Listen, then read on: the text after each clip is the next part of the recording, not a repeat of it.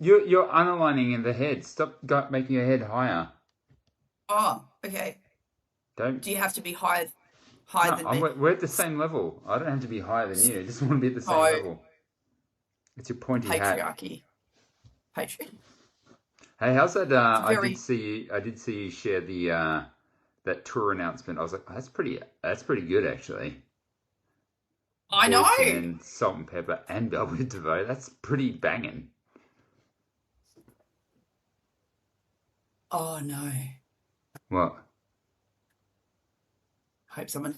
Um, it is, but I'm scared to go What do you mean scared? You rarely get shows in Perth. Why would you be scared to go? because it's. I don't know. It's not the same. I remember when I saw that, it was the funniest thing ever. It was like a video, and he goes, at first I thought this was Cedric the Entertainer, but then it was Bobby Brown. See, He's I trying to don't do the know. he's trying to do the humping around dance moves. This is fat old guy. Yeah, It's like, dude, I don't. I don't You know. kill As Whitney, fuck like off. yeah, yeah, yeah. You're not our friend. No. I don't know. Like I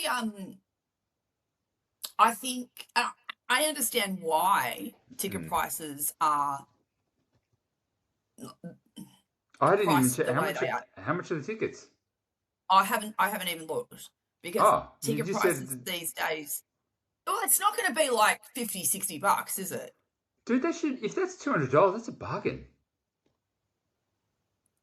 Your Yep. Tay Tay lady, her tickets are like $400 to go see, and she can't even Mm. sing. I just think she, she can't even- Singing "I'm Pretty." um, I don't know. It's a lot of effort. Go catch a train. Dude, man, if I could go to a show every weekend, I'd still go. I just can't go because I've got kids that get in the way of all the fun. Yeah, they do. They do. But I got kids too. I know they're a bit older, but it's a lot of planning, Oh, and you can I'm leave yours really at home now, can't happy. you? Yeah, but I'm very happy to see the YouTube version. Like I feel like that's cool. No, it's not the same. It's got to for me now. It's got to be someone that I really want to see for me to spend the money and make the effort to get out there and The thing I would you know. hate is like if you bought like I remember when who was that Incubus, who I Mm, probably saw how long ago that was that like 10 years ago, maybe a little bit longer than that. But it was in a phase that I hadn't sort of kept. I loved their first three albums and didn't really listen to anything after that. And they were kind of touring their new albums, so they played it, and I'm like, I don't want to hear it. I don't want to hear your new stuff. I didn't come for that. Yeah. I just want to hear the family favorites. Stop playing these songs I don't know. But that's the whole thing. Like I don't know about this particular tour that we're talking about, but it's not uncommon for artists Mm. if they're promoting their album. Has They might Boyz II th- Men got a they new might album? Did they have who? anything? Did they actually release anything after Motown Philly? Uh that yes. that album was huge. That was like a massive album. End of the Road was like number one for like half a year. That does not happen anymore. You couldn't knock that. That and Whitney Houston Bodyguard, I will all like you could not knock those off. They were the the good old days, man. the Things stuck. It was funny. Like you saw that album that I shared that I bought yesterday, Yeah, Jodeci, yeah. Diary of a Mad Band, and it's just funny because some guys are like, yeah, I really like their first album, but my favorite album is that one that I bought. But their first album was amazing, and a lot of their lyrics and songs on their first album were written by Babyface. Remember Babyface? Oh yeah. Yeah, Yeah. he did lots of producing and writing, and he's an amazing singer himself. So much. But then you got like you actually like sit down now and you listen to some of the songs, and it's these like 18-year-old dudes, and they're singing about like their heartbreak I and know. their the baby mama, and you're like, I'm sure you don't even have any kids. Like the context of writing songs for an 18-year-old doesn't make sense when it's like from the context of a 30-year-old man. Um, The lyrics are, they sound like someone who's lived yeah, yeah, a life and had experiences and long-term relationships. but that But I don't even care. Like, I just don't care. That music was the best. The 90s was, I don't know any other era that was as crazy as the 90s. That was like peak we hip had hop, Nirvana peak R and and we had B, NWA. peak rock, peak metal as well. I think as well. It was, oh man. It was a very good era. Like that whole grunge era. The Like 90s. when you think about like Nirvana, Soundgarden, Alice in Chains, who else have Stone Temple Pilots. It's just stacked. Stacked. And that's just the rock. And we forgot about the almighty Ratum.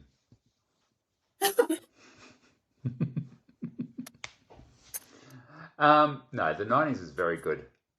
Like that R&B generation was mate.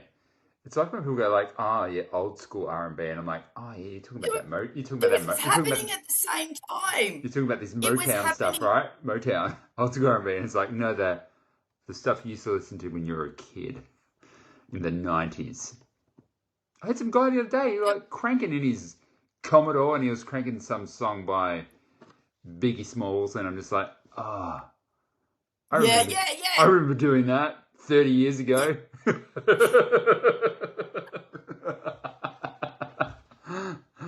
uh, But that's exactly that, what you just said. Like, you hear it and you're like, oh, Boom, this just boom, this. boom, bum, bum, bum, bum, bum, bum, bum, bum, bum, bum, bum.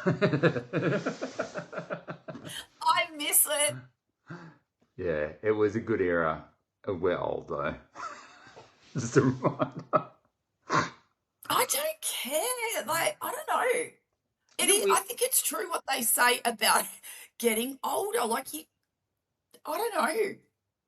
They don't make music like they used to. They don't.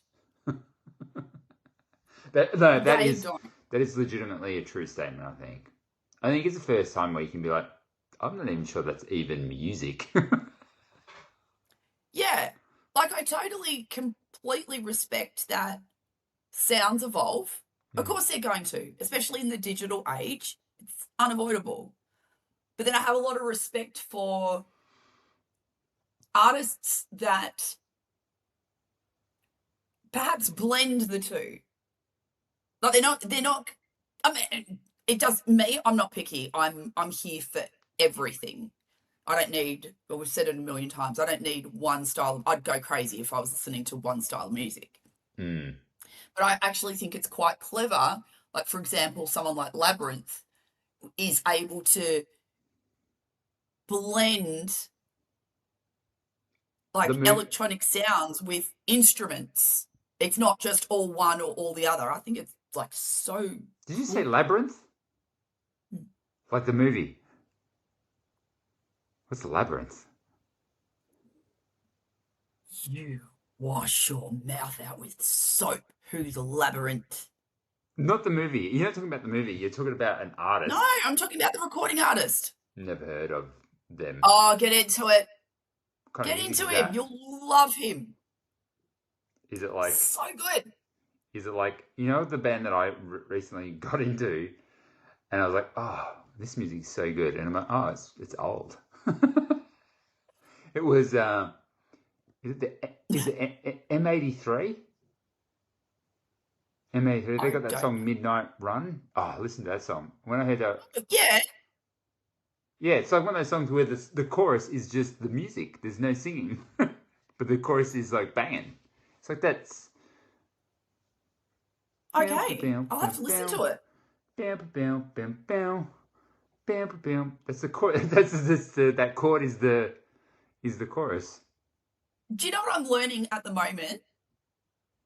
with a few other musicians.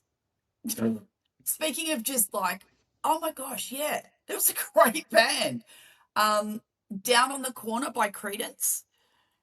Oh, What do you that's a mean? freaking cool song, man. Are you being serious right now? Like, how are you? Why are Yeah. you even? As I don't in, I don't pick all the I don't pick the music. for what? The people I play with, sing with. I don't know what you're talking about right now. We'll talk about it offline. What are you talking about?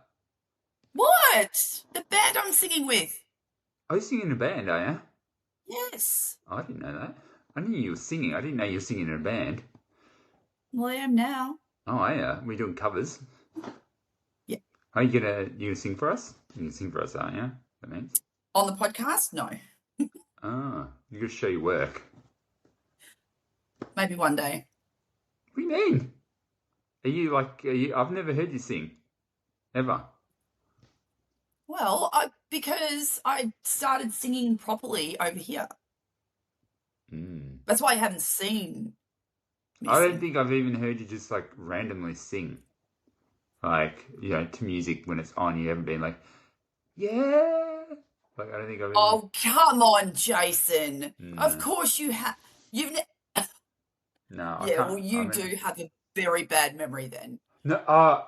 Interestingly enough, I was thinking about this the other day. Is I have a bad memory for just random stuff, but I remember lots of things extremely clearly at the same time. Like I've got like it feels like it was yesterday memories. Hmm. Like I was thinking about this the other day.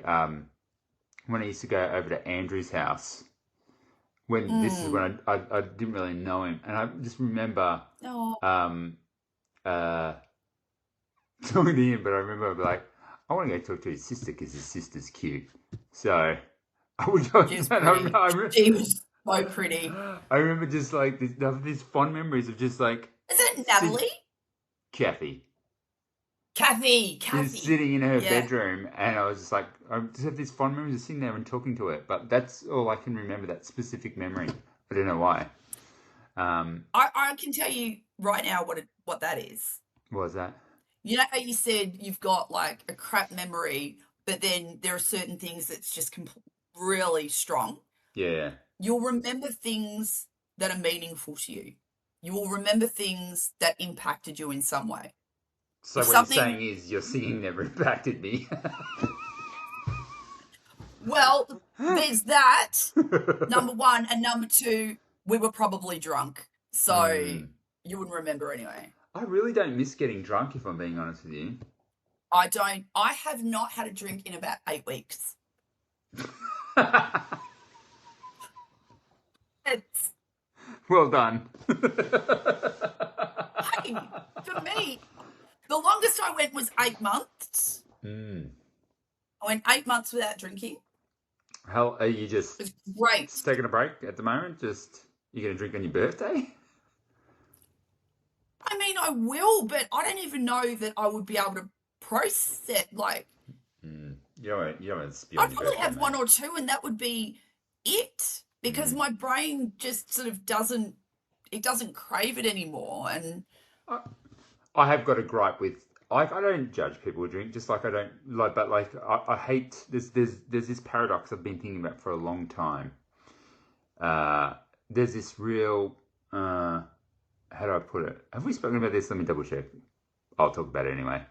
But it's the paradox of people who hate on gambling, but they don't mm, hate on drinking. I'm like, mm, drinking's probably worse than fucking gambling. Like, why are you hating on like, oh, gambling? And it's like, yeah, I'm pretty sure a lot of lives get ruined from fucking alcohol too. Why don't you care about that? No one is outright like, how people are like, oh, I could never work in the gambling industry. It's like, what? I don't get it. I don't. I don't. I legit don't judge either. I'm like at the point where I'm just like, you're grown adults. If you make those decisions about gambling too much, it's your fucking fault. Just like if you drink too mm, much, right? Like it's mm. no one forced you to do either of those things. it's sad that it happens, and addiction is a bitch. I'm not denying that at all, but you can't play the straight bat to drinking and not to gamble. You got to be like I feel like they're two things that should be treated equally if you're angry about one or the other. So you're like, you take issue with the selective judgment. Yeah, like if you're angry at gambling, why aren't you angry at the other harmful thing that's ruining society? Yeah. It's I wonder, massive speculation, but I wonder if there's a real disdain for a certain addiction, maybe there was an experience that there's an association with that particular addiction. Like if you haven't had a bad experience with alcohol or someone you know who has alcohol, you're like, nah, how bad can it be? But Pretty if sure you alcohol has affected more people than gambling. Pretty sure of it. I mean, I don't have the stats on it. There's a lot of harm that's done from excessive alcohol, a lot. Yeah. Yeah, I know there's But that it's not. financial. There's It is. there's different kinds of harms. Is there though? Like, Well, like I've said, like even on a much smaller scale, when my little girl, and this is one of the reasons I really started to back off on alcohol, when she was younger, and I would have a few wines, she said to me, and I'm really happy to say this on the podcast because I think it's important. She said, "It scares me." I'm like, I'm so happy when I'm drunk. Like I'm dancing and I'm, you know, yeah, really but quite that's the upbeat. thing. But I asked her to explain it to me. I was like, oh, well, what am I doing something to frighten you? She goes, no, you're not doing anything to me, but you're not the same. You're different. It's like you're a different person, and that's scary The because you're creature, not my mum. the creature comes out. The alcohol creature. I'm Oh, thankfully not one. I'm thankfully one of those people who I don't think I was ever. I was always just an exaggerated person of myself when I drank. But people always said it's really hard to kind of tell when you were. It's like I don't know. because they were drunk too. No, but there's You can't. but there's a, that's the I think that's the sad part about drinking and why people drink. This whole idea of it relaxes you, it allows you to like even like when people say I feel like more of myself, or like I remember that I remember that That's concerning. yeah that it was ages ago, and it was like a survey on why people drink. And the highest rated answer, I can't remember what percentage of the answer, but it was the highest one. The highest rated answer was to feel normal. And I was like, oh my God, that's so sad. That's terrifying. Like everyone's I just wearing think this I drank. mask. Everyone's just wearing this mask, and then when they drink, they feel like they can. The mask comes down, their guard gets let down, all those things. But Inhibitions. isn't it weird that we can't just be that person without the Bruce juice? Well, I feel like I can now. And you know what? You know me better than anyone. I would have been able to do it back then. It's not like I was someone who came out of her shell. I was already well and truly out of my shell. It was an addiction. You would say you're addicted to alcohol? Oh, for sure. Yeah, right. 100%. I think that's probably safe as well. I would probably say that. Absolutely. Definitely during COVID. Everyone was addicted to alcohol during COVID. Just saying, we're in lockdown. Everything's closed. Except for that. What they used to refer to those places that had to stay open? Essential service. That's so essential. BWS is essential service. Come on, man. What? Yeah, it's wild. Do you What are you think kidding? if we hadn't progressed to this level of technology, do you think Blockbuster would have been an essential service? Blockbuster was always an essential service Yeah, to its patrons and to those who worked there. yeah. That was a I mean, talk about 90s era. There you go, right there. yeah, right. That was peak, and it was like peaked, and then it just fell off a cliff so quickly as well. I know. It was like, yeah, Man, fucking DVDs, Blu-ray, yeah, yeah, yeah. Because I remember that gap of like VHS to DVDs. It felt like very quick, but like VHS was there for ages. I I that gap between there was a disc, there was some Mm. kind of disc, and then there was DVD. What was the disc before DVD? VHS something, and then DVD. Laserdisc, the big vinyl, the one the size of Laser vinyl, the one the disc. size of vinyl. It wasn't very Like popular. It was it was huge, like a vinyl record. but the size it was a CD the size of a vinyl. Yeah. All right, it's time to put the movie on.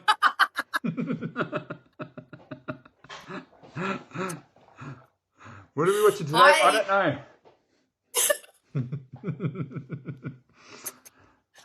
I do not think Yeah. I played one. I definitely didn't have a Laserdisc player. No, I didn't either. I think I went straight from VHS Did you know? to DVD. Did you And know? even the DVD, like I was a little bit resentful. I'll be honest. Yeah, I you was like the like, shit quality of VHS. I do. I do like the shit quality of Well, that's. VHS. I mean, that's the thing. Like, we're watching a film clip the other day, and he's like, "Oh, is this what it looked like back then?" I'm like, "Yeah, that's what it looked like. It's just that our eyes hadn't seen the good stuff yet, so we thought it was good."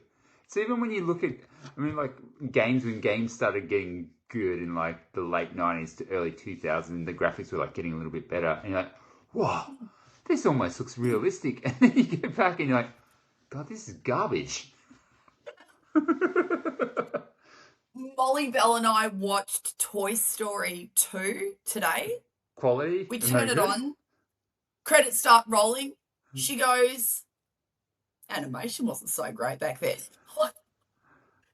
What year would that be? Was that late? Was that Story mid was '90s? great. Was that mid '90s? When was that? So the first one was 95. Toy Story '95. 2's 98 or 99. Mm. Yeah, I think I, cartoons are I just love Toy Story.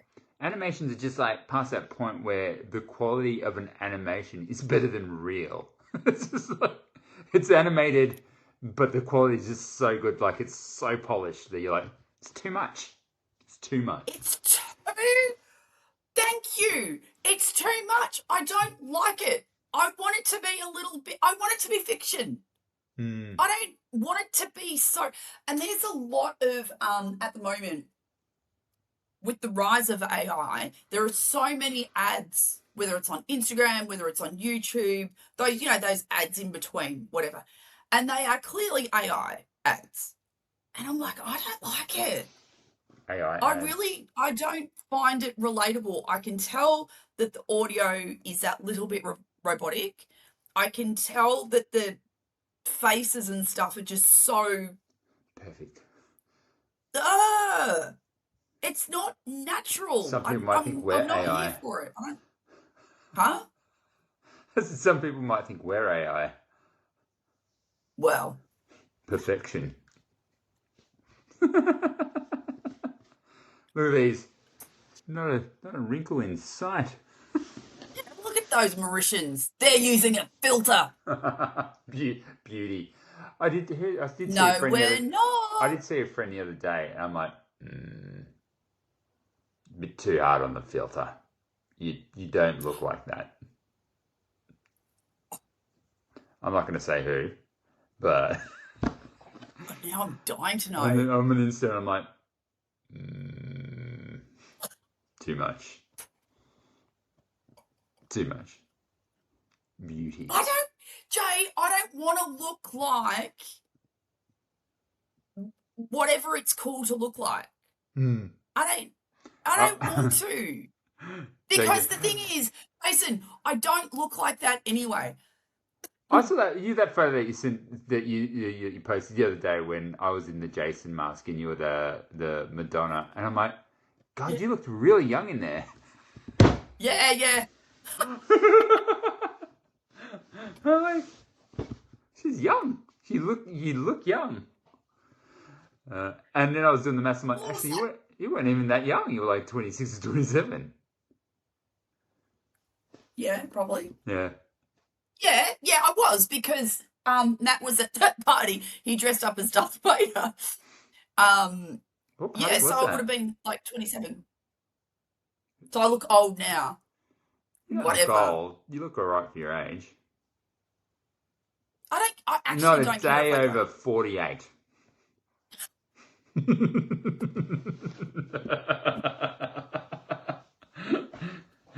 uh, you take what you can get, right? Listen, it's inevitable. There's going to be a day, God willing, I'm going to be 90, right? Oh, I'm not going to look like this. So what? Who cares? yeah, I know. I mean, I don't feel that need to hang on to, oh, like, I you don't would want that. like to. You don't want that face. I don't, because I You don't don't want think it that would match. face. That face I don't is want that weird. That face. face is weird. Do they It's not know? Do they know? weird. Do they not know that it's weird? That's what the part I don't get. I don't understand. And I thought this was the thing. I thought it would sort of that whole plastic surgery thing would have its A moment, face. and then people would go, like Ozempic. Like Ozempic had its moment, and now people are going, "Oh, Yeah, we I saw shouldn't have one the done other that." day. I saw that one the other day. It was like what these beauties look like now as Ozempic. I'm like, they all look like skeletal. Like, what the fuck are you doing? That's what I'm saying. Like, I I don't want to look like that. Like, because that it's sort of come back. There is some pushback. There's probably a bit more pushback than there was on in the 90s. The heroin chic thing was that was the body image that everyone wanted. But And I feel like I think the funny part, like, I don't know. I think I saw it. Maybe it was a meme or someone said it. I can't remember. It was like, ugh, it's almost like the body positivity movement just disappeared. Everyone's like, whatever. We'll just drug but ourselves to that skinniness. that goes to show how fickle Hmm. the how fickle body image what's promoted in a certain time, how fickle it is. And if I would say maybe a year ago, oh no, it would have been more that, maybe 2 or 3 years ago, it was really quite in vogue to be bigger, Hmm. to be I still think like a that's little in. bit more. I still think that whole big booty, big boobs is still a thing.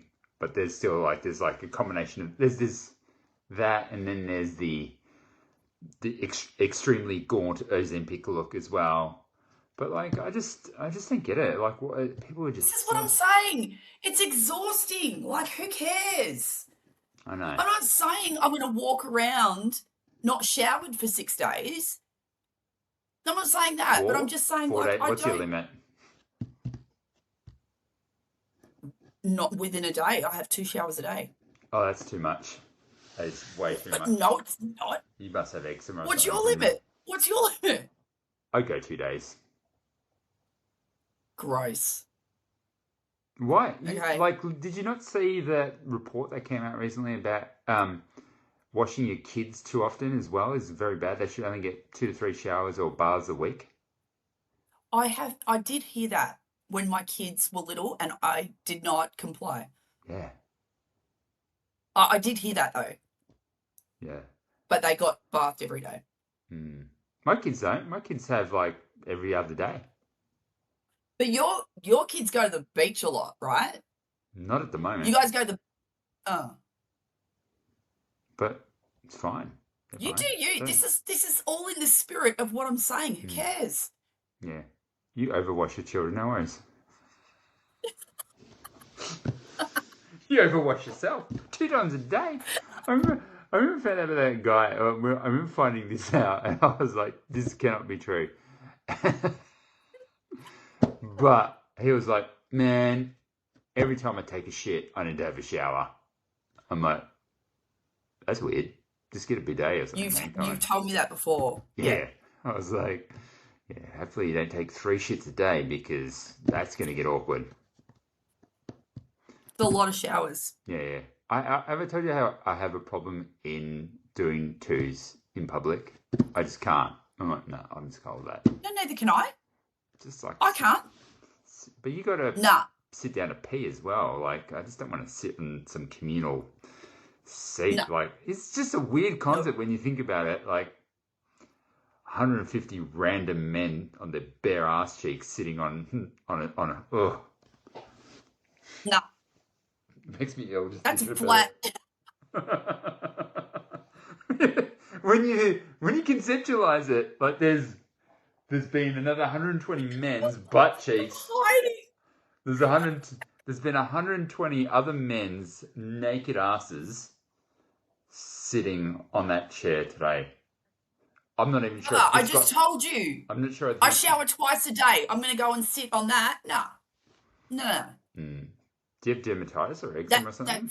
Like from all that washing? Uh-huh. Do you get like eczema or something? Like from all that washing? No. You know what? The other thing is too, because I have fibromyalgia, right? Hang on. So, like, can I just get back to? Do you like soap at everyone? Is it more of just like a dousing of skin with water in the skin? So morning is soap. It's a full desanitize. And yeah, and night is probably lighter. A bit of a splish splash.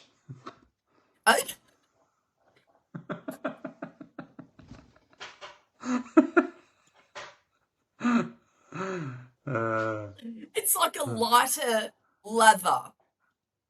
It's not a scrub. Oh. I was like, this was the development. I'm like, I can't remember when I washed the last time. I'm like, I can't remember the last time I washed the back of my knees. I don't think I have The skin under them. Do you wash the back of your knee? Do you get behind there? No, I don't. Get into the main bits, under the arms. All this on the back of the knee, you're like, have I done that before? I don't know if I've ever done that. Do you know, I just know that tonight when I get in the shower, I'm going to be like...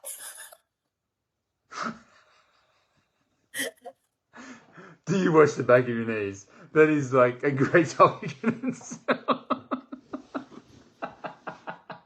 When's the last time you washed the back of your knees? Like, I'm just thinking about it now. The motion of rubbing between them. We should seriously do. We should hit the streets with a microphone and go, excuse me, sir. You washed the back of your question.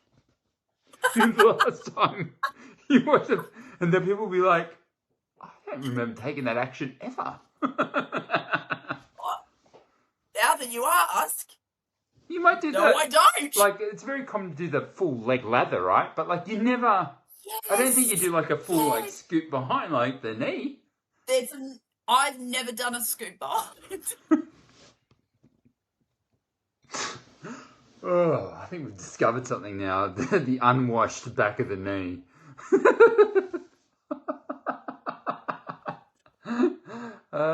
It's 35 minutes and we haven't even spoken about the thing we're going to talk about. That's funny. Oh, I'm just sitting here rethinking all my life decisions right now. That hurts. That hurt. That was painful. Yeah. So it's one of those deep realizations. Oh. Woo, okay, I don't need to do my abs tomorrow. Great. Yeah, that'll just now. Yes. We've got something to talk about, don't we? Something serious. Something that's really grinded my gears, like legit grinded my gears. I really like this person. Like I really enjoy the message We that like him. he's trying to push through. His name, I think his name's Kanga or something like that. He's like, I think is he like half Aboriginal or full Aboriginal? I don't know. Aboriginal, Indigenous. Mm-hmm. I don't know what the correct terms are nowadays, but an Indigenous Australian. And he was on a podcast, but basically this guy's vibe is all about, how to put it, basically uniting white fellas and black fellas. Like Love it. we gotta move on. We gotta be, we're Yes. Australian. Let's move on. But then I came across this video and I got triggered hard. I must admit, I was just like, I don't like this message at all. So basically, the premise that this lad was doing was that he asked these guys who were, I think they were interviewing him, and they were talking about themselves, and then he asked them directly, were your parents born in Australia? And they're like, nah. And he just goes, well, you're not Aussies. And they're like, what? And he started explaining it because, you know, you're not either. Basically, his idea was you either need to be like white from back in the day, like settler white, or Indigenous to be considered a true Aussie. And I was there and I was legit fuming, and I'm like, fuck you, man. You do not tell me how Australian I am versus you are. I don't give a shit. I am as Australian as they come. Like that was my instant reaction where I'm just like, nah. I'm like, we both obviously have a Mauritian background, but like I consider myself like Australian as they come. Same.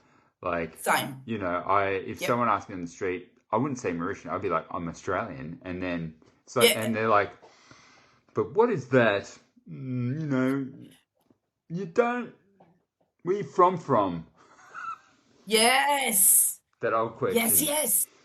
Yeah, we do get that. Yeah. Yeah, and where are you really from? Yeah, and I'm always guess, and no one guesses me ever. I think we've talked about this before. I didn't guess you. No. Anyway, so I got pretty angry with that whole premise for this guy to just straight up say I'm not Aussie, and I was like, no, I'm Australian. It was just one person's opinion. I was so offended. I'm like, fuck you, man. I am Australian. I'm trying to remember because you did send me the clip. What was his justification for such a strong stance, such a strong point of view, such a black and white? That's all I heard. That's all I heard. And I turned it off after that. I'm like, yeah. No, I listened to the whole thing, and he did explain, but unfortunately I've forgotten. But he did have a compelling argument, or a compelling point of view. I don't know that I agree with it. I'd like someone who has an opinion or a point of view like that. I would actually love to get in a room with someone like that and say, can you extrapolate on that for me? Because I don't understand why it's such a narrow, you're either Indigenous or you're a settler. That is the criteria for being an Australian. Well, that cancels out, I don't know what percentage of our nation's population. There's about 6% of Australia, 3% Indigenous, and then, I don't know, 3% settler. Everybody else. Yeah. Yeah. I consider myself an Australian as well. Proudly. And I think, and there's I think there's a truth in saying that there are people who, I'm trying to figure out how to say this.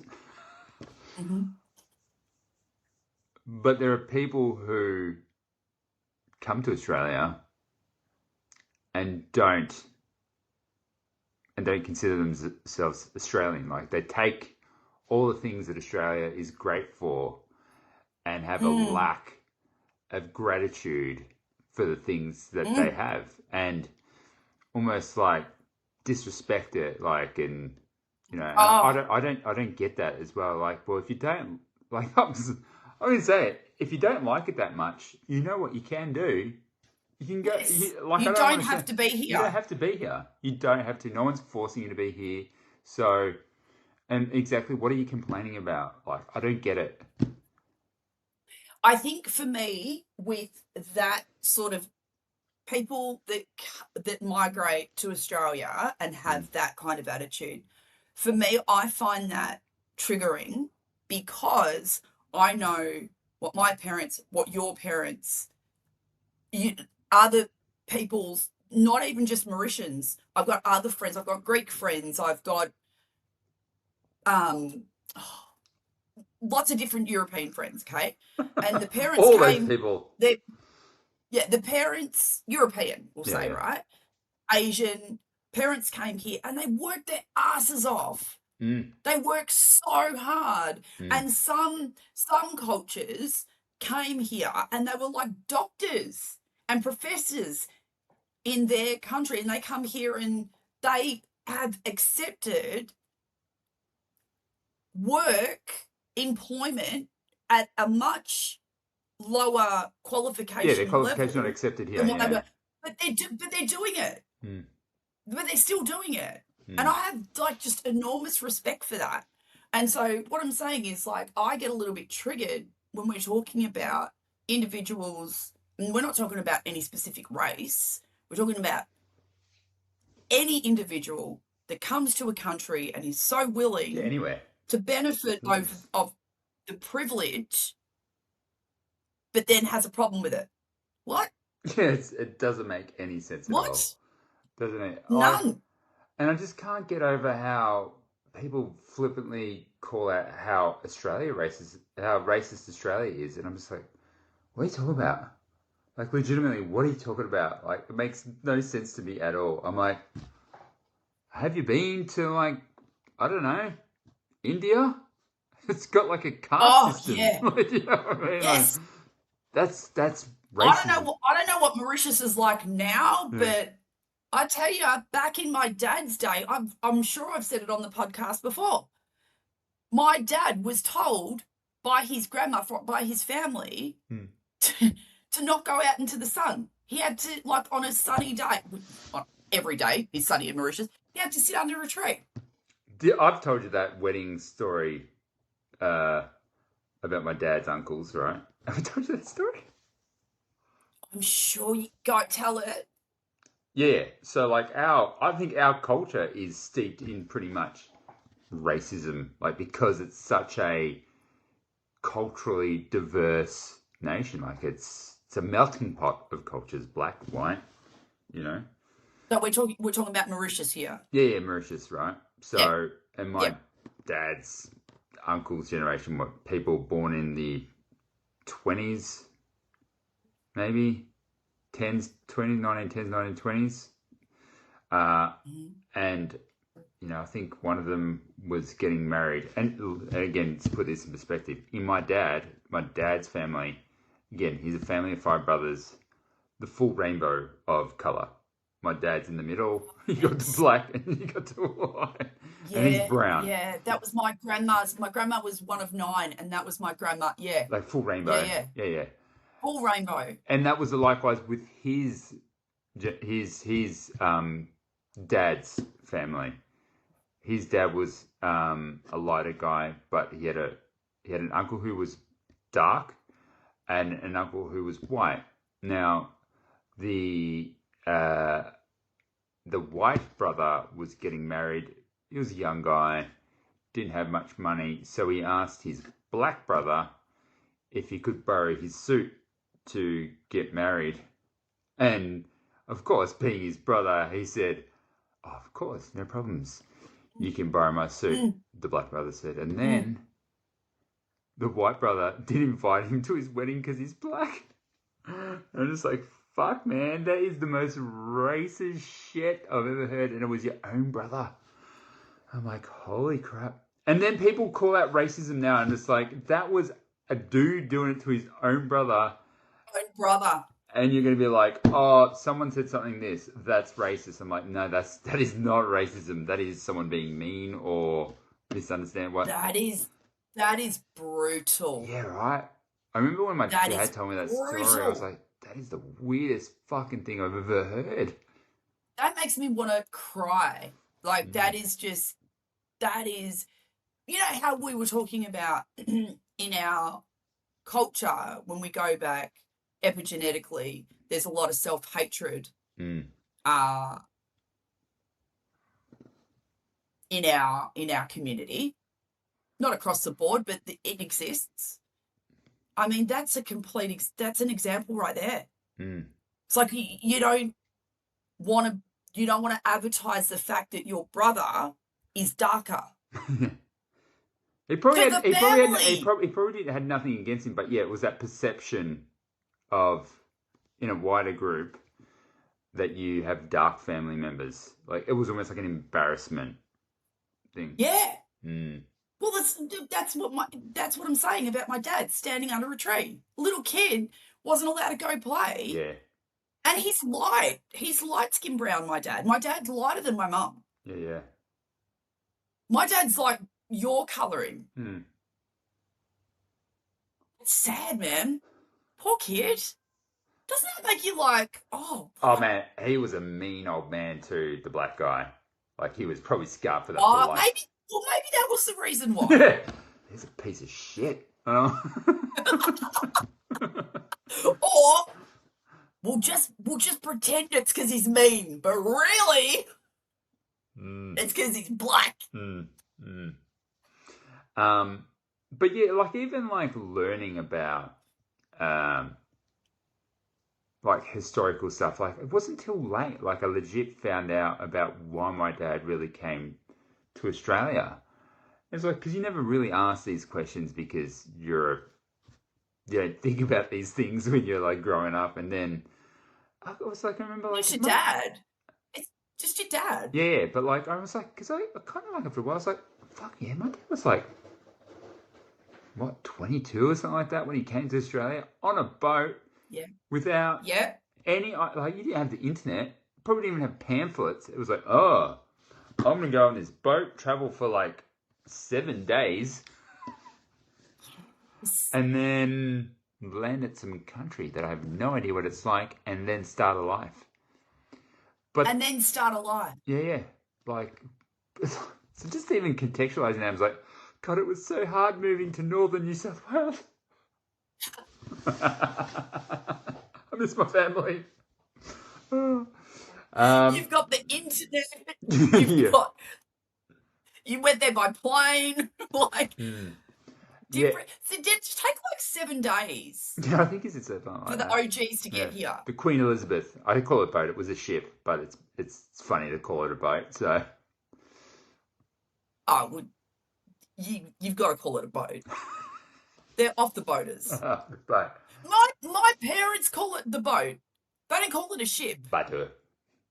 That's But like I remember asking him exactly why, and he's like, "Yeah, dude. Like back when I was young, Mauritius was going through like this weird cultural revolution, and there was big fights between like."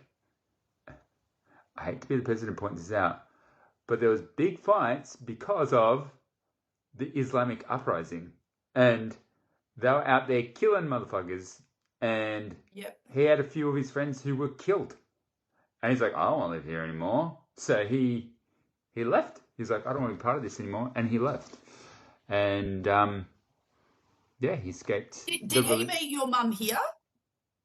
Oh no, he lived in Australia for like 10 years, living his batch life in Australia, buying his car. He always tells me, the cars he used to buy. He's like, look at that car. I used to have one of those. And I'm like, yeah, just wasting all your money. Good on you, mate.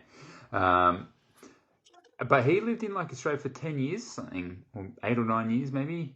And then he went back to Mauritius. And then for a holiday, met my mum and brought her back. Mail order wife. Mail order wife from Mauritius, yeah. You know those Yeah, those my you know parents.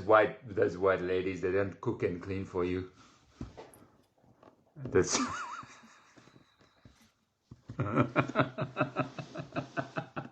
I was telling, I'm gonna throw my dad under the bus. Sorry, Dad. But I was telling a friend just the other day yeah. how she's Greek, and so we have our cultures are very similar in a lot of ways. They're very loud And both. we were talking about we were talking about our dads Yeah. and how you know how like my dad calls Australian white people's girls' legs to bottle of milk, right? But I was telling her how my dad makes like dry reaching noises. Why? He's like, oh, because he can't. He If can't do there's the no white legs. colour, Oh. he can't. No, can't. And if there's He just imagines them washing the back of their knees, and he's like,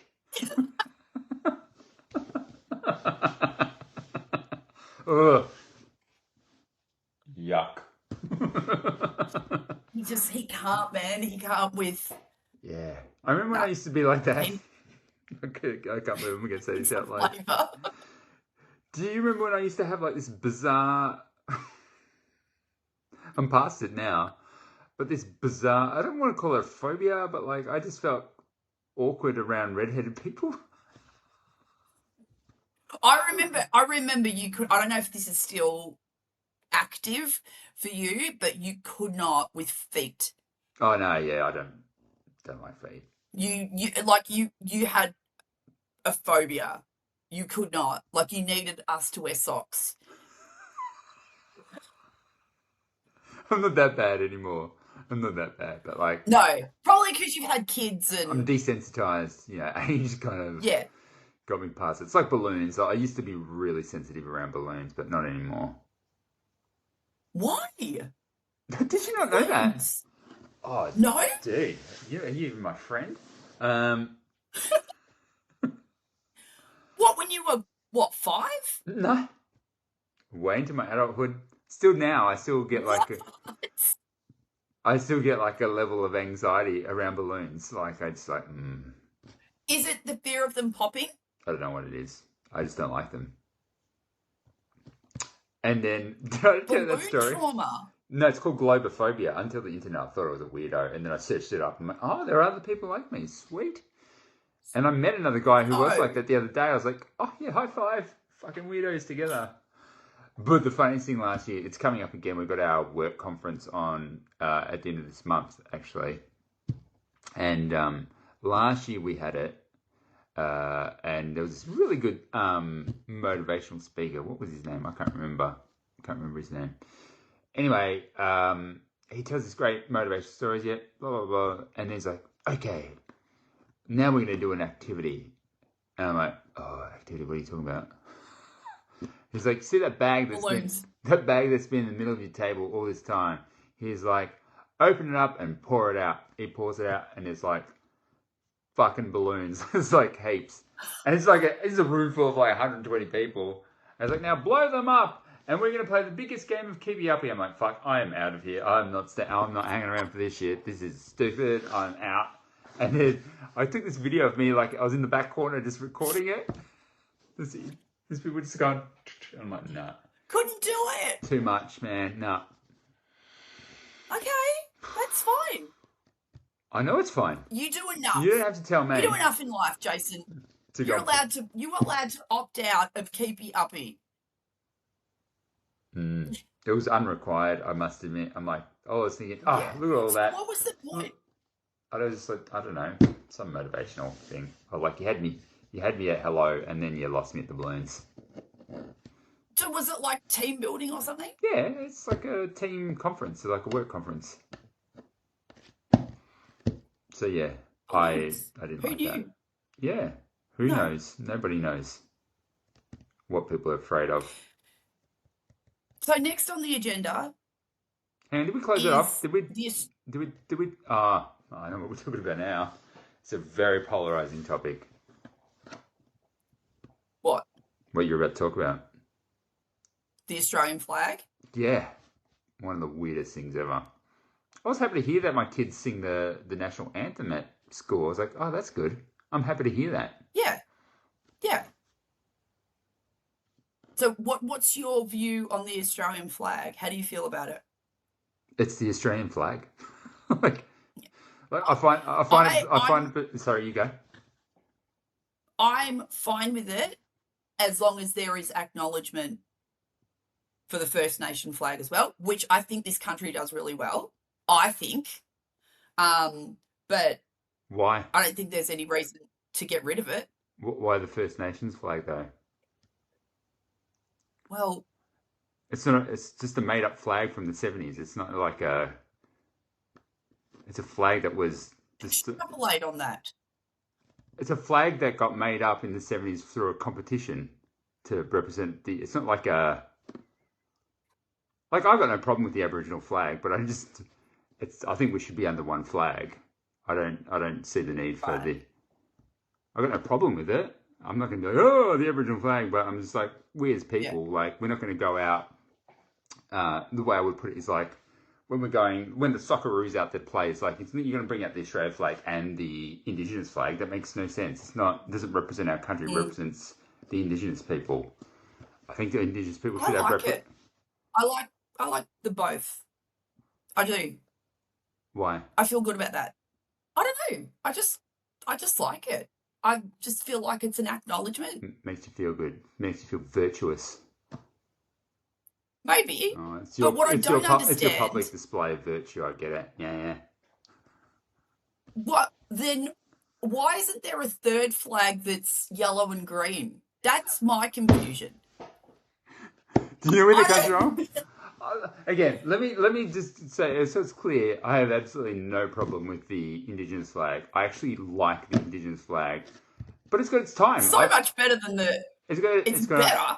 it's got its time and its place. But I don't think it's like a. I don't get why it's up in like Parliament. Like, what have we got that? We're We're Australia. We're not in. We're not. I don't know, Arnhem Land. We're Australia. Yep. Yep. And it's fine if people. Look, I've got no problem. Like, if you like it, like, good on you. That's fine. But for me, I just have a preference to be like under one flag. That would bring a sense of unity a lot better. It doesn't have to be the current Australian flag either. Let's just have a flag. That's interesting. Yeah. I like what you're saying there. You're not actually wedded to any particular flag, but you're saying we should have one flag. No, in fact, I'm an anti-monarchist as well. So it's kind of weird being. Well, that's I'm a why complex. we I'm, need I'm a a complex yellow individual. and I think it's green. very nuanced. All of these discussions, right? Like that's the thing. Is like, all of it. like how do we? I think doing something like that, creating a flag which represents all of us as Australians, is an important part. I just don't think the current one does that. But it's our flag currently, and that's where I would say the example of I find it funny how people even suggest it's racist. I'm like, that is the weirdest thing ever. Like. Like a great example right now is like the Socceroos were playing and it's like, yeah, Australia, fly that flag. Australia Day comes along and you're flying your Australia flag and it becomes a flag of racism. I don't get it. I don't understand it. It's not how my brain works. So if someone can explain I it. blame the internet. You blame the internet? I do. Because the reason everyone's so confused, Yeah. and I will hypocritically say, because we have a podcast ourselves, but it's just too much discussion about everything. Ironically, That's what it is. We're talking about it on the internet to our On the legions of podcast. fans. Isn't it ironic? Yeah, I think it's just that's like what that it we is. live in a world. Everyone, it's like, why is everything so complicated? It never used to be like this. Yeah, because we didn't have the fucking internet. Yeah, the internet's pretty. Too many people, too many voices. And so everyone would have had those voices. They would have been existing. Those discussions would have been apparent, but that would have been happening in the home. So it was a simpler time because it's just like you have your discussion, you say what you want, it's finished. But now everything's uploaded. for the world to see. And so more people have access to your opinion. And then you're going to have, people are sitting here going, why is the world so divisive? It's the internet. It's this friggin' podcast It's life. It's the back of your knees. I'm not saying I'm changing it. I'm still here for it. Oh, look, I think... But it's just like massive, like these opinions, this division always existed. You can't tell me it didn't. Of course it did. Yeah. It's just out now and louder. Like, but and that's the There's thing more that access that's to what it. people need to realize, is that most of these opinions are only held by a fraction of people, and at the end of the day, it is just an opinion. Like before, when I was talking about the flags, I'm not saying that to offend anyone, and in fact, I don't care what you think as well and your opinion on there. What the most people think is probably the more important question. Is Yeah. and that's how a democracy should run. Is like, what do most people want? That's just the reality. And even if it's something that you believe is true, but then most other people don't, that's democracy. Unfortunately, you vote for something, you do it. Gay marriage, great example. Most people decided it's time. We should let our gay friends get married. I do think they should have done one thing differently, though. I do believe they shouldn't have allowed them to get divorced like we couldn't get divorced for a long time as well, just so they could feel the pain of marriage. What? They don't have to wait for divorce. No, I believe that the gays could not get divorced initially if they wanted to get married, because we had to wait a while before we could get divorced. That part was a joke, so... Oh. Yeah. Great punchline, Jay. Yeah. We should allow gay marriage, but no divorce for at least 10 years. If you want it, you got to stick to it. So that's an example of one that happened. There was lots of people who didn't want to have it. Too bad for you, man. That's democracy. You got voted in. And even like that voice to parliament that we had recently, majority of people didn't want it. Didn't happen. And that's how it is. And that's how democracy... You can't like democracy you can't like democracy just when you win, is the way I'll think about it. And unfortunately, that's what... When it suits you. Yeah. Right? You might not like it, but you got to move on. Otherwise, that's not democracy. You can continue fighting that battle to change that. No one's going to argue with that. That's what democracy is. But to then deride people who have that opposite opinion to you is selfish. Because everyone has their right to their own opinions and feelings, and any lambasting of individuals for their own individual opinions or making them feel bad, I think is wrong. I wholeheartedly agree, and it is my hope that in the future, people just learn how to debate better and have, when I say arguments, I don't mean like heated arguments. Yeah. It is my hope that we move towards being better skilled at talking through each other's difference of opinion. And like if you say to me, the sky is purple, and I'm like, no, it's actually red, I would actually go, oh, Jason, talk me through how you came to that idea. Don't have to agree with it. I think that's great. And that's what I really try and teach my kids. It's like, you don't have to agree with anything that I'm saying. Yeah. And what about the notion I want you to learn the skill of listening to someone else's, how they've formulated that idea, why they've come to that standpoint, the psychology behind it. Again, you don't have to agree with anything, but be curious, be open, listen, learn how to listen. Yeah, and apparently society's incapable of that. And realizing that there's nuance, there's grey areas, there is common ground. Like, why don't you look for common ground rather than trying to find what you disagree on? Because I truly believe that most people in general probably agree on 90% of the same shit, right? But it's just, I feel like they do. but it's like those 10% I of feel things that like, are so polarizing. Oh my God.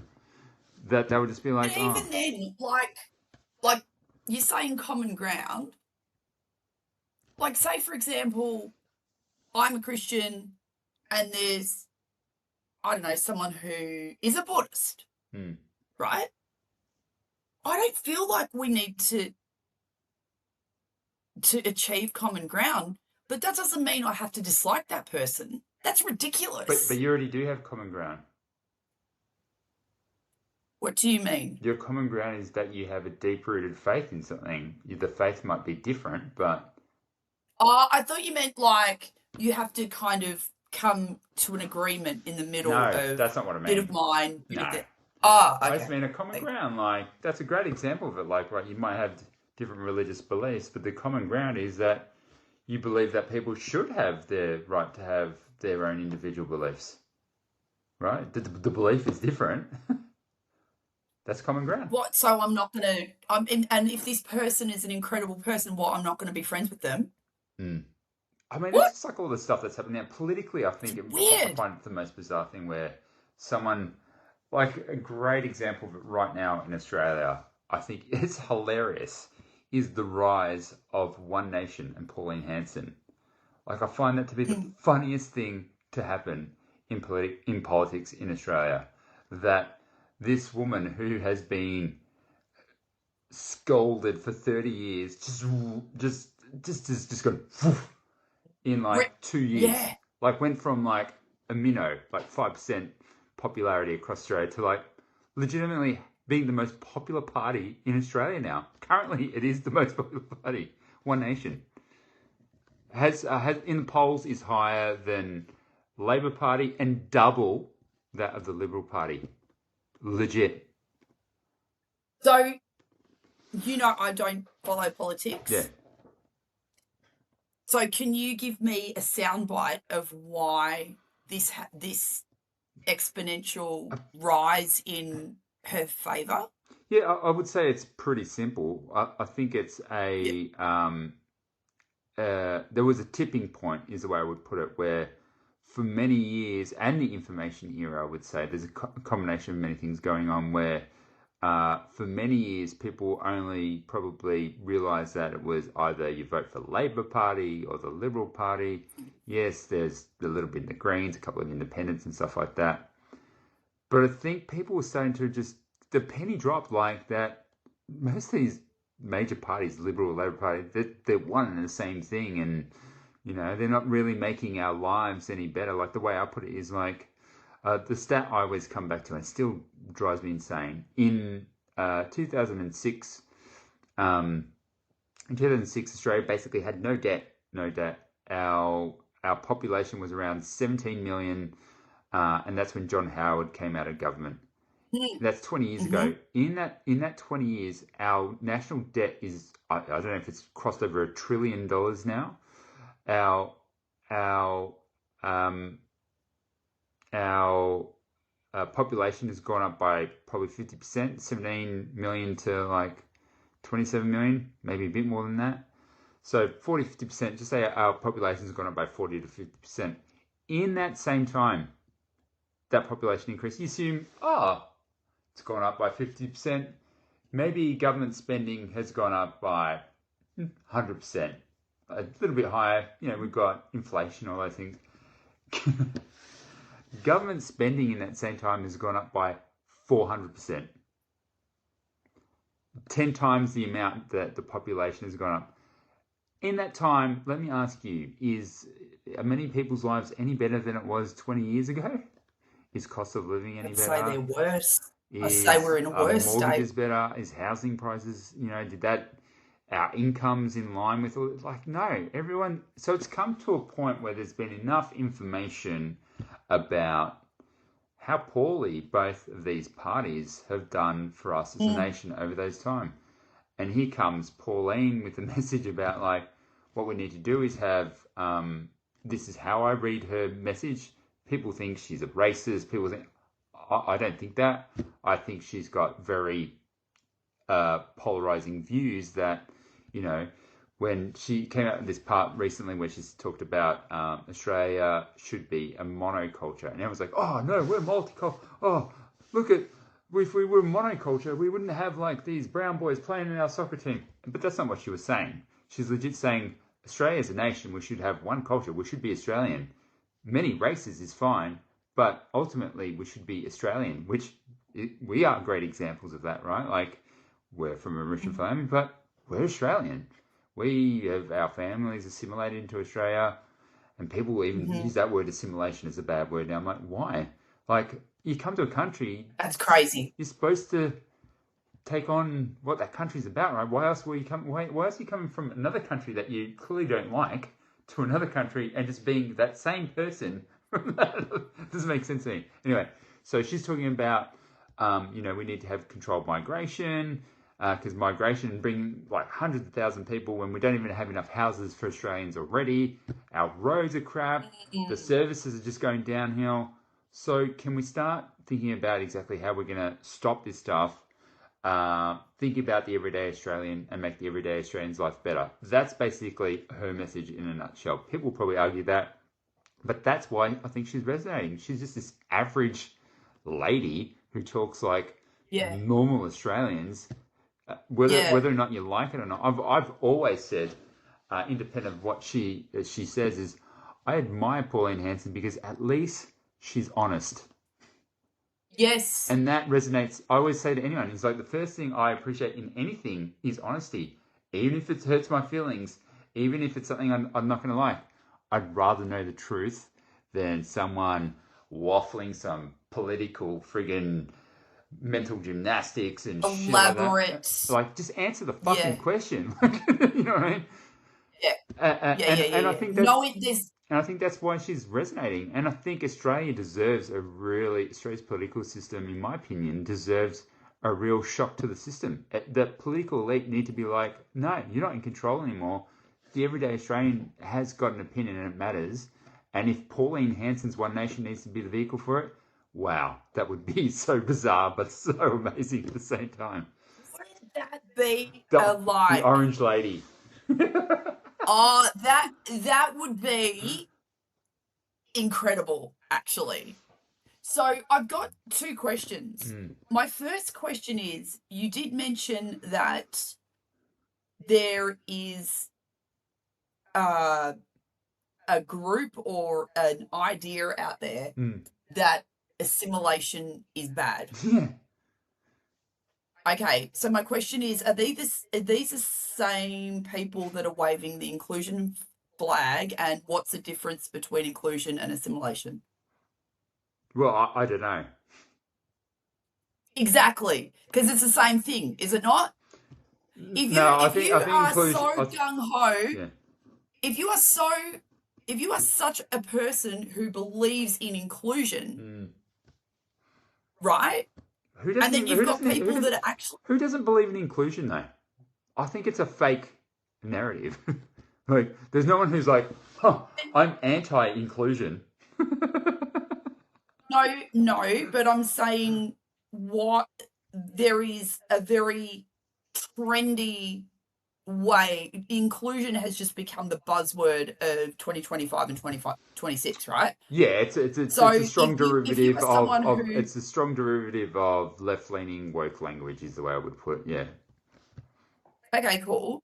So if you're someone who is very pro-inclusion, why would you be anti-assimilation? I don't know. I can't explain it. Like, it doesn't make sense. Like, no.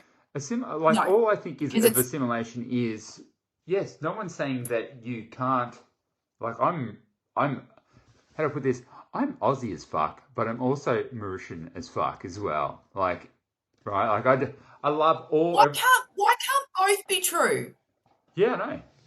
But why can't both be true? And I think this is a huge problem. This is what, like, I say this to the kids all the time. When they're like, oh, but this, oh, but that. I'm like, do you realise both things can be true? Yeah, it's the taco ad, right? Yes. Like, it doesn't have to be all this way or all that. It just doesn't. But that feeds into the division. So there's that. So it's that, like, that confuses me when you say there's this groupthink of anti-assimilation. I'm like, come on, man, just shut up.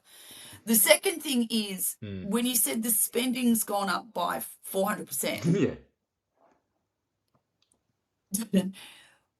Does the public have any idea what that 400%, like, where that money's gone, Yeah, a lot of it. roughly? Yeah, there is like in the budgetary papers, like I couldn't tell you off the top of my head specifically where it goes to, but these are things that are published well and truly. Like you can, if you want to get into detail of where the government's spending money, it's there and available. And you'd probably be shocked by how much money is probably spent on things like welfare. Like legitimately, you'd be like, holy shit. But welfare also, you know, includes like the old age pension, and I've got no problems with the old age pension whatsoever. People have, I should put a caveat on that, is where people have done the time and given their tax money to Australia, worked for 25, 30 years, I'm not complaining about that. Go and do it. But I also don't believe someone who comes here, like, hasn't really provided into the system should just automatically start getting the pension. That makes no sense at all. You got to earn your keep. I don't know why that's I don't know why that would be a divisive thing to say either. Like I'm like, why? That's is that not fair? Isn't that what we're about? Isn't what egalitarianism and fairness is about? Is, you know, making sure that you're doing your part. Isn't that even what technically what socialism is about? Everyone doing their fair part. You coming in and just taking, it's not doing your fair part. And that's why I say I find it triggering when I think about the generation before us that came and worked their asses off, and really it was they had a very strong work ethic. But I think, speaking from my family, I think that work ethic was really fueled by gratitude for being here. You know what I mean? Like it wasn't just like, oh, we're here now. No, it was like, dude, oh, I explain like to my kids. I feel very fortunate, and you know, even when I talk about it, I get quite emotional when I think about it now. It's yes, like that whole. So do I. Is you know, you just think about like your parents and stuff like that, and like I always think about like my dad, like working 2 jobs, man, and him getting home like at 7:30, 8 o'clock, after working his part-time job. And you know, I didn't see my dad a lot when I was growing up, right? So like he was out there working and doing it hard, and you know, it's hard to explain to people what, you know. And then I hear people complain about shit. I'm like, shut the fuck up, like seriously, like. What are you complaining about? Like, I get it when people are doing it hard and stuff like that, but you know, if you're like, that's grit, that's determination, because you know, I have so much admiration for my dad who did that for me, and I had this, I legitimately broke down the other day when I was talking about it, like to Annie. I was like, I felt so bad when when my mum sent me through photos of Dad's birthday, and you know, I'm over here. I don't know how much longer he's going to be around, and I just think about what I just said, like all the things he did, and I can even and it sounds weird to say out loud, but I'm like, oh man, it's like $600 last minute to get flights to Melbourne, and that's the and because of the society that we live in now, that we need to think about money that way rather than think about the people that you love, that you have to think about, contemplate that dollar figure rather than, shit, this could be the last time I see my dad. And it's just, that's such a weird paradox to live in. It's crap. Yeah, it is. And you know, similarly, a story that I can relate to that is, so both my parents worked when I was a baby. We've spoken on the podcast before about how I was in daycare I was an infant when I was in daycare, because both my parents had to work. There was no choice. Like, they had to work to pay the mortgage. And we lived in Hallam, and my mum worked in the CBD. So every morning, my mum would drive, or my mum and my dad would drive to Noble Park Station where she would catch the train and then drop me off at my grandma's house in Noble Park, and then she'd take me to daycare. Right? So my mum was on that train. So she lived in Hallam, drive to Noble Park, catch a train at like 7 o'clock in the morning, 7:30 in the morning, so she can be at work by 9, 5 o'clock, all the way train back.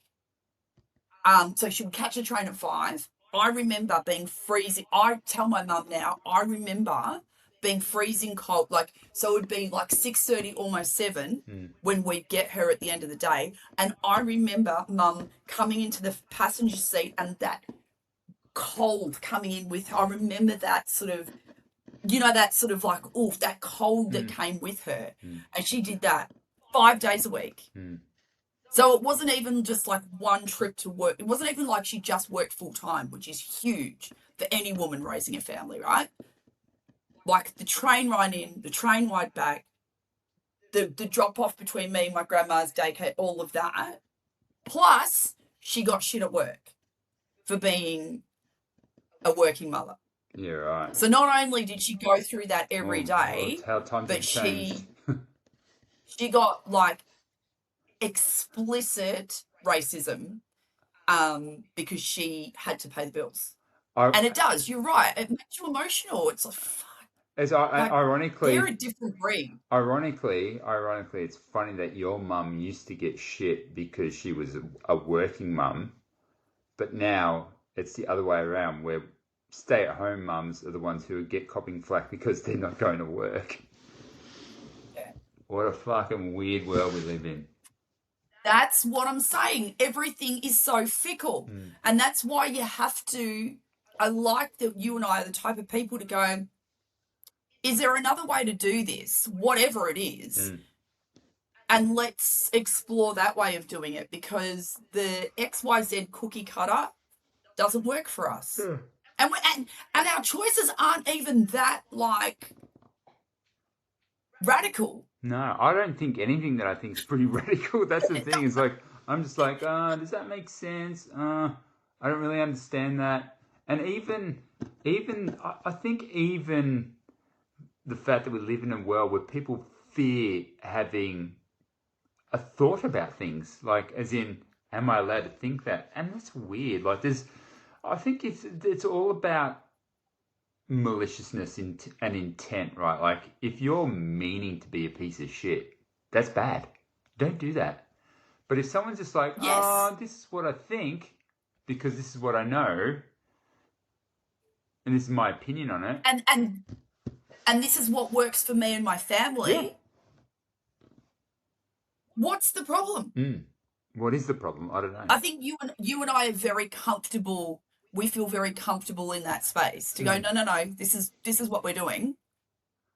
This is a decision I'm making. This is a decision myself and my partner are making on behalf of our family. And, many times we've made decisions that haven't been the norm. We've stuck to them. And I would say that Matt and I are one of the most happiest couples of anyone I know. Autism. Because we're not.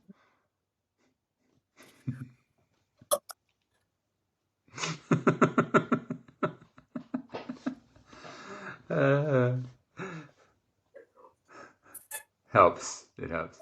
Autism. Yeah. That's spectrum. You see why I think you're on the spectrum? That's what I'm saying. How does that that? You had just sort of like a neurodiverse Tourette's moment there, just autism. How is that? How is that linked to anything we were just discussing? I don't understand the connection. 100%. I think it's part of this how our brain works. That's why. Autism.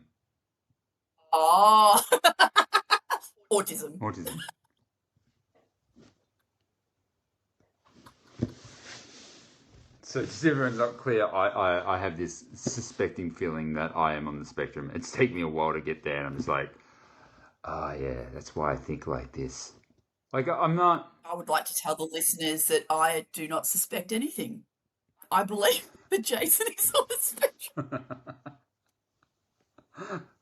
Yeah, took a while. Yeah, Good. why do I think All the this way? best people are. Yeah. It's funny when you like it was legit when I think I spoke to you like not long ago about it where I was just like, uh and I think most of the people I get along with have like some semblance of neurodivergence as well. Like my new friend McKellar, like we get along like a house on 100%. fire, one of my favorite people, and I'm like, yeah, you're a little bit different like me. Your brain thinks Mm. differently, and it's fine. Like Mm-hmm. I even, and I don't want to do that judgment. I was going to be very judgmental then, like because I just I don't get normal thinking, and You know, like for you and me, because we didn't even like ease into our friendship. We're just like, right, that's it. And we've been on this level since the day we met, right? mm, But at no point in any one of our mental discussions that we've had, at no point have I ever been like, Jason thinks like me. I feel like this feels normal. yeah, Like this level of, we've had conversations, I think we're so much better at it now, but like 10, 15 years ago, we were able to have conversations over each other and really understand what the other I was person actually was even trying to saying. think the other day. Have we ever? I don't even think we've even had a. Have we ever had a fight or a falling out? I don't think. No, we would just, it was there and then. Like so if something would be, shut up, Jason. Yeah, but I don't think we've Like, ever. I do don't. you know what I mean? And then that would be it. But you know how like we've both shared things that have happened with different people and friends. I don't think we've ever had anything like that. Like just like oh yeah, whatever. Yeah, okay. I'm pretty sure I may have offended you a few times with my stupid mouth, but you know. You offend me all the time. Jason, I was just saying something. Autism. What? Autism.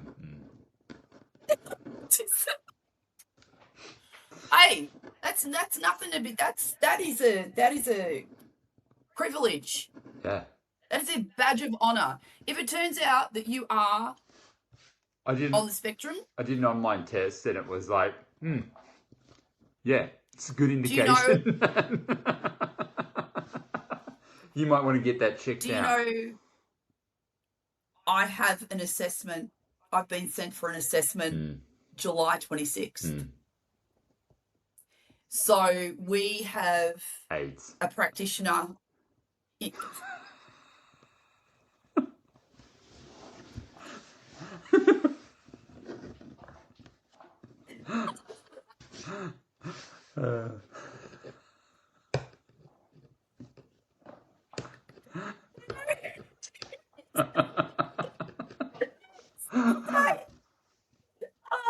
If something was bad, it's not AIDS. It's Full blown. That is the that is legit the worst combination of words of all time. Oh, it's full blown AIDS. I'm like, is there a lower version of the AIDS? Is there just a standard? No, it's just full blown. How many times where you've like just text me back something? It's just, it hadn't even let the word AIDS in it. It's just like full blown.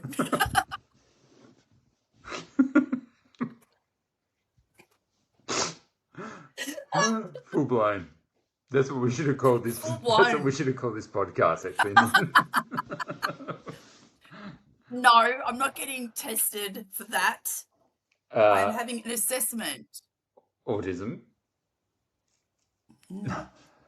You don't need the assessment, Sally. I can tell you right now.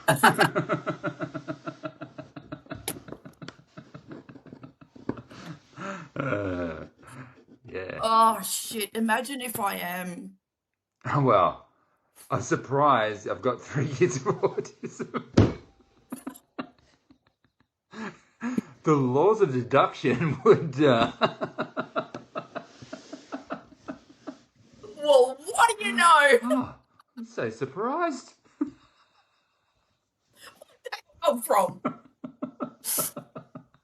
Oh, What do you do there? Do you do you get like test it's like positive, then you get a kids? Sorry about that. no, because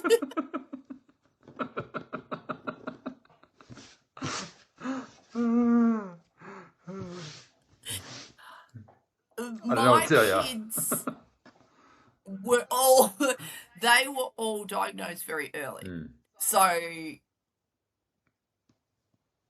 early intervention and therapy, and it's been in their life Don't end up like me. since before they could remember. So to them, it's their normal. Like, Yeah.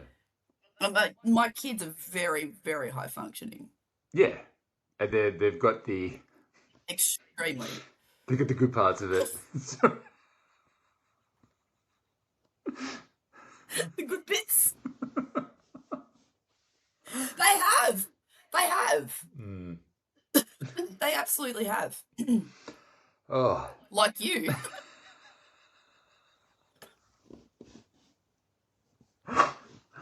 No, I seriously think Imagine. I do think you're on the spectrum, man.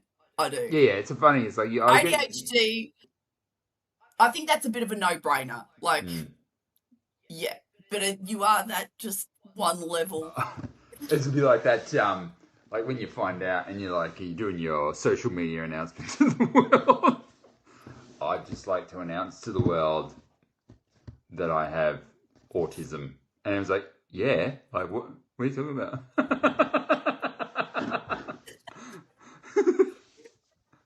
Diagnosis for ADHD, and I'm telling people, I'm telling the school mums, I'm like, you got a test? What'd you get a test for? What'd you waste your money? We could have told you that.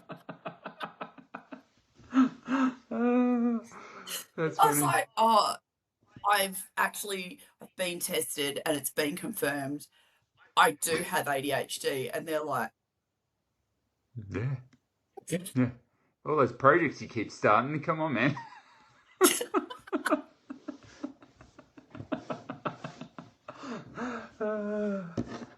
So you're gonna finish? Okay, You're gonna so finish that book you're writing? That's what I'm saying.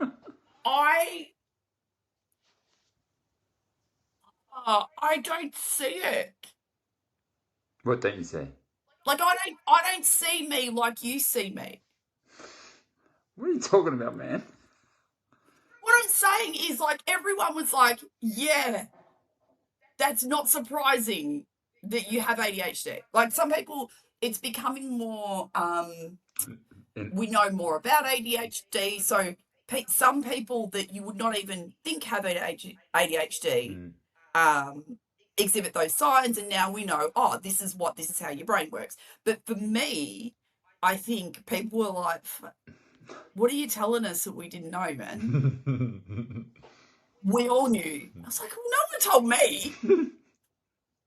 Yeah, it's a bit of an odd thing to go to someone's like, have you ever thought, just saying, ADHD? Yeah, maybe it was that. I guess it's better than someone coming up to you and going, have you ever thought full blown?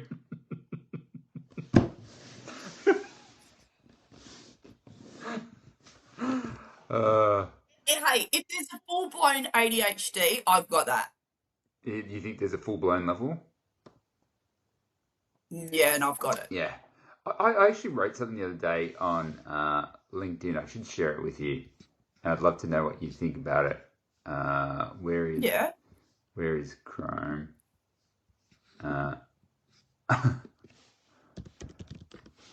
Yeah. This is what I wrote like the other day. I've let all my shackles down and I'm just like writing what I think. Because I think writing the book has got me to a point where it's like, I'm going to say what I think. So I wrote this.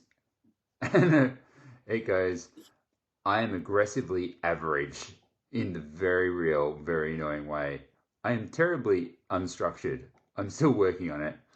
Every time I press post, there is still this small voice in my head going, who the hell is going to read this? I'm loud, but I'm not really an extrovert. I've tried lots of things and never quite felt as successful as I thought I should be by now, which makes the next bit feel weird to say. But I just got a promotion, one that's come with a lot more responsibility. And honestly, part of me still wonders what people see in me, which is a strange thing to admit when you're nearly 50 years old. Oof.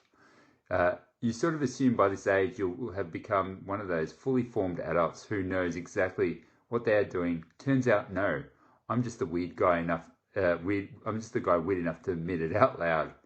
You're just still you. Older needs, better pattern recognition, same weird internal narrator, but clearly people see something, and maybe that's the part I'm trying to sit with.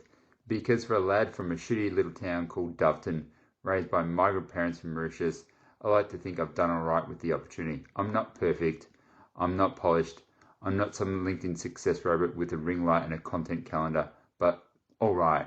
My LinkedIn strategy is still painfully normal. Post when I can in bursts every 3 to 6 months. Say something useful. Be generous. Talk like a human. Don't turn every comment into a sales funnel. That's about it, but maybe that's the point. You don't need to feel exceptional before you show up. You don't need to have the whole thing figured out. Sometimes other people see something in you before you're able to see it for yourself. So thank you to all the people who've believed in me, the ones who backed me, the ones who saw something I continue to struggle to see.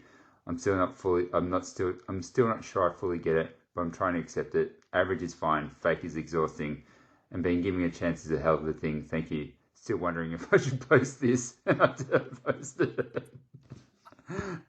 So yeah. I feel like you're in my head. Yeah. That could, like, apart from the promotion, that could be my bio. Apart from the promotion, I've lost you. Where are you gone? Where do I get you? Over here? Yeah.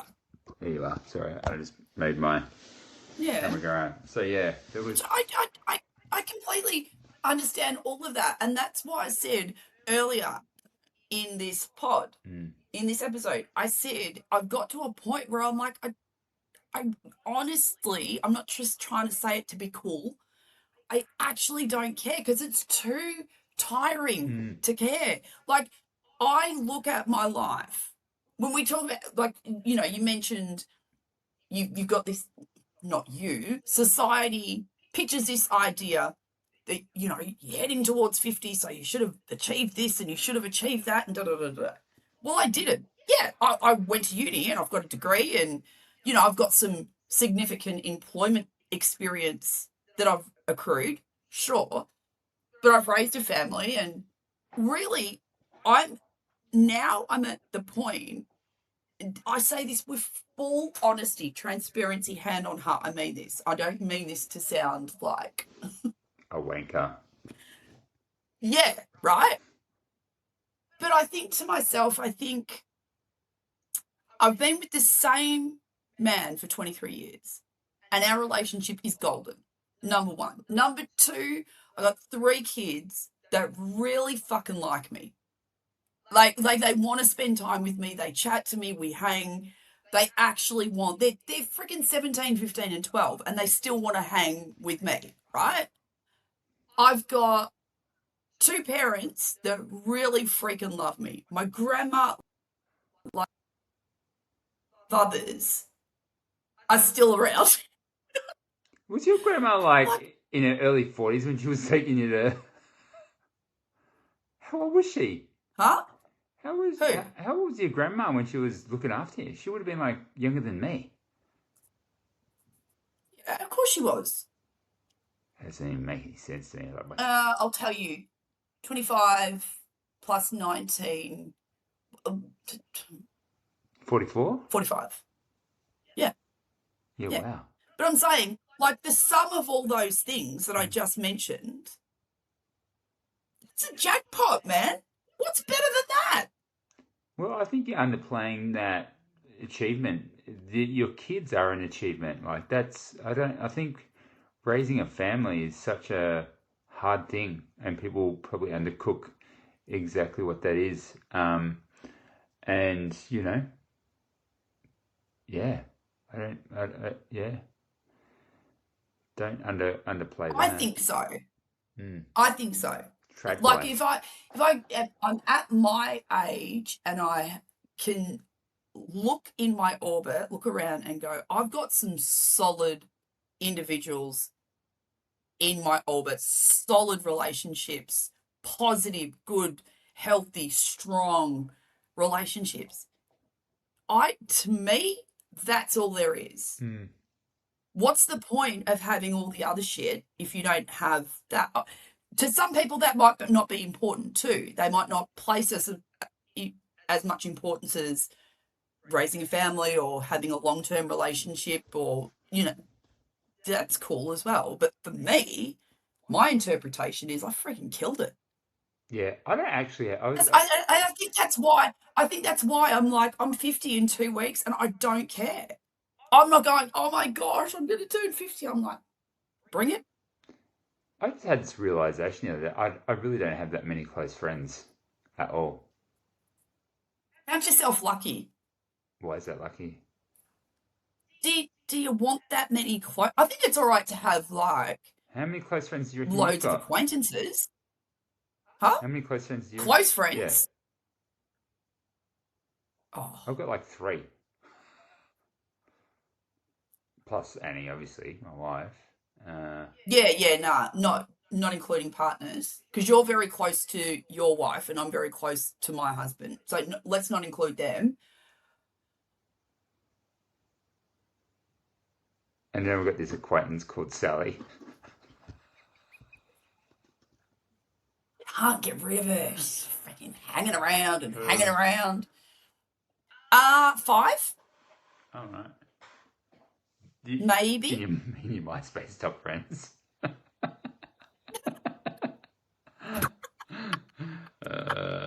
I couldn't even feel like. Well, you know what, Jason? Yeah. You have to credit to you that you've been in that top 5 percentile right from the MySpace days. Like, a few have gone through that rotation. A few have come in and out. You haven't. You've been a solid, and before MySpace, you were already there, right? Then MySpace came, top 5 friends. Jason, you were there. And you've held a solid position. I legit thought you and Matt had been together way longer than me and Annie. 23 years we've been together. Yeah, we'll be like 20 years. Like in November. Well, when we in our late 20s, 3 years seemed like a long time. Yeah. That's probably... It was 10% of your life. Well, hang on. Are you we met in the... Because we got married in we got married in 2006. So when did you meet Annie? Because Annie wasn't at our wedding. Nah. Were you already with Annie? No. We would have invited her. No, I was still fat then too. No, are you sure it was 2006? I'm pretty sure. I met Matt in 2003 and we got married in 2006. I wrapped that up real quick, didn't he? The Sally effect. No regrets. It was 2007. Maybe I'm getting my years wrong. It wouldn't have been long after that. Yeah. And you were skinny when you met Annie. Yeah. Maybe I was in my mid trimming stage. Maybe that's what that was. No, you were pretty skinny.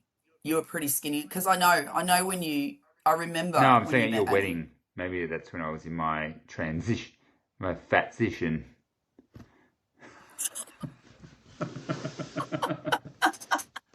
Defatnizing.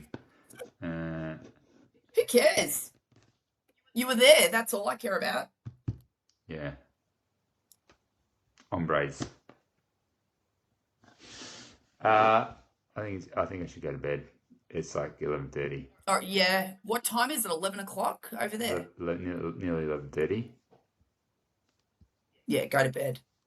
All What right. time do you normally go to? Oh, we've talked about this. I've been trying to get to bed earlier. I've been trying to get to bed about 10:30, purposefully, but I still gotta go. So I'm just lying in my bed for like an hour. So, go to bed. ADHD, baby. Do you take melatonin? No. Oh, come on. You need it. ADHD people have to have melatonin. And then my little girl, she can't sleep. She's like, I can't. Like, she will cry. And I'm like, I know. I used to have really bad sleeping patterns when I was your age, too. I Oh, once know I'm what you're asleep, I'm talking about. fine. It's It's horrible. just the wind down. Yeah. Melatonin, man. Who's Game changer. who's that chick? What? Melatonin. That's such a bad joke. Worst joke is this one day Matt fucked up. He was talking about like the color in your skin, and he said something like so and so hasn't got as much melatonin in their skin. Melatonin. Uh, the dad joke I always come back to. I just love it so much. I don't know why it's so funny. Um, What? uh, why don't crabs share? Why? Because they're shellfish.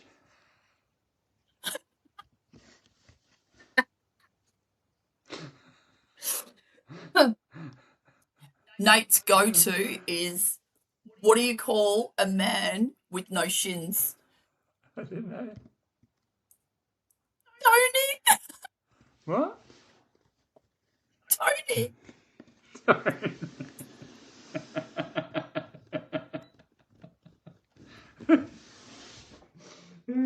Tony. That's a good one. Oh, that's a good I one. heard one the other day, and it took me ages to get. But once I got it, I was like, "Oh fuck, that's hilarious!" But it's like, huh?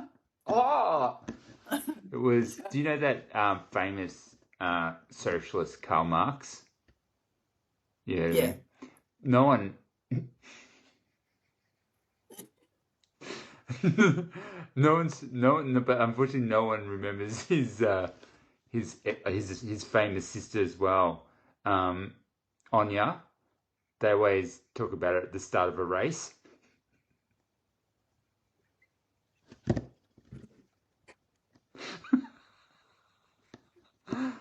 Oh, when I heard that, I died so hard. I'm like, what, Anya? Oh, Anya Marx. Oh. I love it. I love those jokes. They're I great. love a good dad joke. Yeah, dad jokes. Oh, dad jokes are the best. Yeah. Yeah. I got a book of them. I'll read them out to you next time. Do you know what I want to do? This is the other thing I want to do is stop sending me memes for a week, like the funny ones. Save them, and I want to do a challenge where you have to show me like funny memes, and I can't laugh because some of these, like I said, these challenges of people doing it. I'm just like, fuck. All right. Got some bangers. I tell you, some of the ones that Nate sends me, they're so bad, but they're so good. Yeah, the wronger the better. Yeah, oh, they're so wrong. All right, so I have to keep them, and then what? Just send you a whole batch. No, we'll just share screens or something. I'll figure it out. Don't worry. I'm gonna go now. Yeah, that's a good idea. Let's do that. I'm gonna go now, but don't leave straight away. Mm-hmm. We didn't even say bye, but I don't think you do that on